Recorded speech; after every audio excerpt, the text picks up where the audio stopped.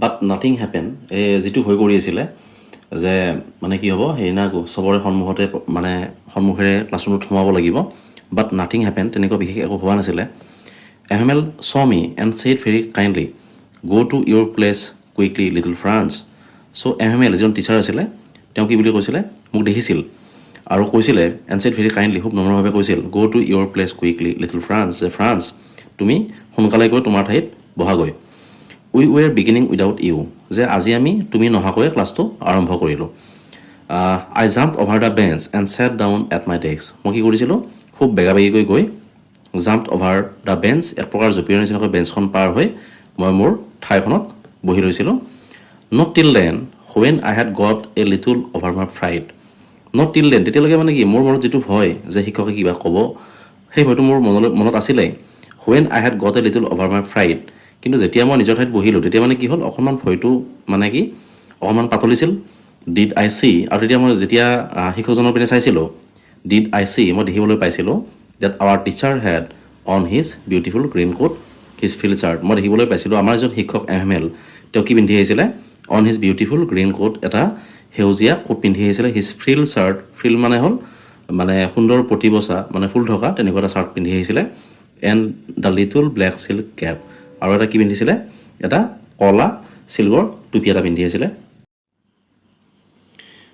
All এম্ব্ৰইডাৰ্ড, সকলোবিলাক কেনেকুৱা আছিলে, এম্ব্ৰইডাৰী কৰা আছিলে। That he never wore except on inspection and prize days, যিবিলাক মানে কি কৰা নাছিলে এমেলে, স্কুল ইনস্পেকশ্যন অৰ্থাৎ যেতিয়া স্কুল পৰিদৰ্শন কৰিব আহে, আৰু প্ৰাইজ ডেজ অৰ্থাৎ প্ৰাইজ মানে বঁটা বিতৰণী সভাৰ বাহিৰে বেলেগ অনুষ্ঠানত তেওঁ সেই কাপোৰযোৰ পিন্ধা নাছিলে।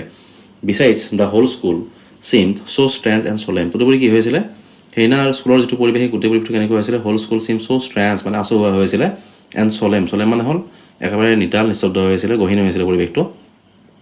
বাট the thing that surprise me most was to see on the back benches that were always MT.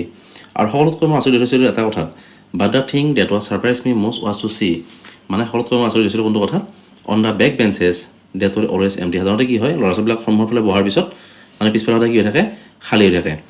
The village people sitting quietly like ourselves, কিন্তু সেইদিনা কি হৈছিলে, মানে গাঁৱৰ যিবিলাক মানুহ আছে তেওঁলোকে মানে কি খুব সুন্দৰকৈ মানে কি কৰি আছিলে, মানে খুব এটা নিৰল নিস্তব্ধ হৈ তেওঁলোকে পিছফালে বহি আছিলে। অ'ল হচাৰ, মানে তাৰ ভিতৰত কোন আছিলে, গাঁৱৰ এজন বৃদ্ধ মানুহ হচাৰ, উইথ হিজ থ্ৰী কৰ্নাৰ্ড হেড, তিনিকুণীয়া সেই টুপিটো পিন্ধি আছিলে। দ্য ফৰ্মাৰ মেয়ৰ, আৰু এজন মেয়ৰ আছিলে, প্ৰাক্তন মেয়ৰজন। দ্য ফৰ্মাৰ পোষ্টমাষ্টাৰজন এণ্ড ছেভাৰেল আদাৰ্ছ বিচাইড, তদুপৰি গাঁৱৰ বহুত মানুহ তেনেকৈ পিছফালে বহি আছিলে। এভৰিবডি লুক ছেড, মানে প্ৰত্যেকজন মানুহ কেনেকুৱা হৈছিলে, খুব মানে তেওঁলোকৰ মনবিলাক মানে খুব দুখ মন হৈ আছিলে তেওঁলোকে। And Hauser had brought an old primer, আৰু হচাৰ নামৰ এজন মানুহ আছে, তেওঁ এখন কি আনিছিলে, সেই ভাষাৰ পুৰণি এখন আদিবাসী এখন লৈ আহিছিলে, থাম এট দ্য এডজেছ। আৰু সেই কিতাপখন কেনেকুৱা হৈছিলে, মানে বহুত পুৰণি এখন কিতাপ, মানে কি য'ত নেকি মানে কেনেকুৱা হৈ গৈছে, মানে সেই হাতৰ সেই চিনবিলাক লাগি লাগি মানে তেনেকৈ কলা হৈ গৈছিলে। And he held it open on his নিজ, আৰু কি কৰিছিলে, সেইখন তেওঁ মানে আঁঠুত লৈ তেওঁ সেইখন চাই আছিলে। উইথ হিজ গ্ৰেট স্পেক্টেকলছ, মানে চশমা এযোৰ পিন্ধি লৈছিলে, আৰু চশমাযোৰ পিন্ধি লাইং এক্ৰছ দ্য পেজেছ, মানে পেজবিলাক একফালৰ পৰা লুটিয়াই আছিলে। While I was wondering about it all, আৰু যেতিয়া মই এই সকলোবিলাক ভাবি আছিলোঁ যে গোটেই পৰিৱেশটো কিয় এনেকুৱা হৈ আছে, মানে কি ইয়াতে কুৱেশ্যন সোধে, describe the unusual things on the day of the last lesson. So' এইখিনি কথা হয় ইয়াতে।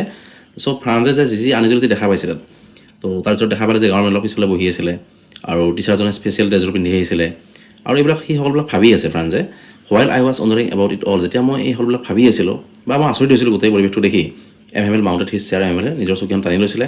And in the same grave and gentle tone, আৰু তেওঁৰ যিটো স্বভাৱসুলভ যিটো গ্ৰেভ, মানে খুব মানে কি খুব গহীন হয়, এণ্ড জেণ্টল টোন, খুব নম্ৰ সুৰেৰে, which he had use to me, যিটো সাধাৰণতে তেওঁ মানে ষ্টুডেণ্টক যেতিয়া কথা কয় তেওঁ সেইটো ব্যৱহাৰ কৰে, তেনেকুৱা ধৰণত তেওঁ কথা কয়।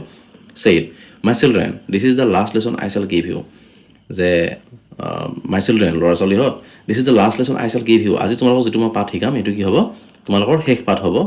The order has come from Berlin to teach only German in the schools of Alsace and Lorraine, যে মানে কি হৈছে, জাৰ্মানীৰ বাৰ্লিনৰ পৰা এটা অৰ্ডাৰ আহিছে, কি অৰ্ডাৰ আহিছে, টু টিচ অনলি জাৰ্মান। চ' কি কৰা হ'ব, in the schools of Alsace and Lorraine, Alsace আৰু লৰেইনৰ যিবিলাক স্কুল আছে সেই স্কুলত কি কৰা হ'ব, নেক্সট ডেৰ পৰা জাৰ্মান ভাষা শিকোৱা হ'ব। অৰ্থাৎ তেওঁলোকৰ যিটো মাডাৰ টাং ফ্ৰেঞ্চ, সেই ফ্ৰেঞ্চ লেংগুৱেজ কি কৰা হ'ব, তাত বন্ধ কৰি দিয়া হ'ব, তাৰ পৰিৱৰ্তে জাৰ্মান ভাষা শিকোৱা হ'ব। দ্য নিউ মাষ্টাৰ কামছ টুমৰো, কাইলৈৰ পৰা কোন আহিব, নতুন এজন শিক্ষক আহিব জাৰ্মান ভাষা শিকাবৰ কাৰণে। This is your last French lesson, তোমালোকৰ আজি কি হ'ব, ফৰাচী ভাষাৰ শেষ পাঠ। I want you to be very attentive, আৰু মই বিচাৰোঁ তোমালোকে যাতে ক্লাছত সকলোৱে মনোযোগী হোৱা